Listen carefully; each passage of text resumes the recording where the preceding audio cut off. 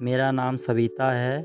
मेरे 1 महीने पहले एक बेटा हुआ है और उसे लेके मैं अपने मामा के यहाँ आई हूँ क्योंकि मेरे माँ-बाप नहीं हैं। जब मैं छोटी थी, एक कार एक्सीडेंट में मेरे माँ-बाप की मृत्यु हो गई थी और उसके बाद मेरे मामा ने मुझे पाला, पढ़ाया-लिखाया और मेरी शादी भी की। मेरे पति बहुत अच्छे हैं और अब मैं अपने मामा के यहाँ से अपने पति के घर जा रही हूँ और मैंने उनसे कहा है मैं कल आऊँगी, लेकिन मैं कल की जगह आज जाऊँगी क्योंकि मैंने उन्हें सरप्राइज़ देना है और अब मैंने जाने के लिए सब तैयारी भी कर ली है। उसके बाद मामा अपनी गाड़ी से मुझे मेरे पति के यहाँ छोड़ आए। मैं दरवाज़े के बाहर ही खड़ी थी।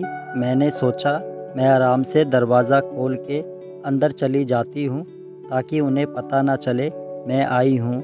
फिर मैंने आराम से दरवाज़ा खोला और अंदर आ गई। उसके बाद मैंने देखा वो वहाँ नहीं थे। फिर मैंने सोचा वो शायद बेडरूम में होंगे।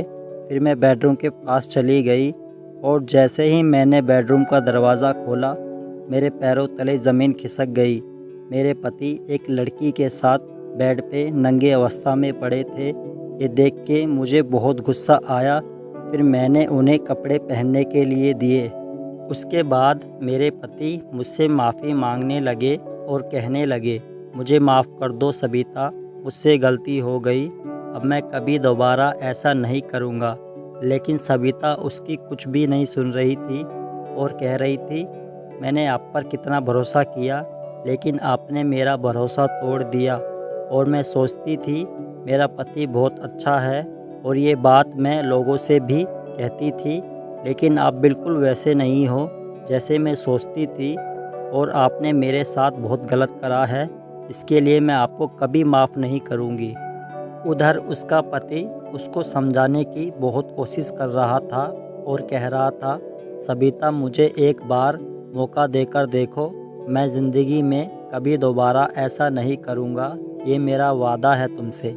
लेकिन सबिता कुछ भी नहीं सुन रही थी और अपने बेटे को लेकर अपने मामा के घर चली गई।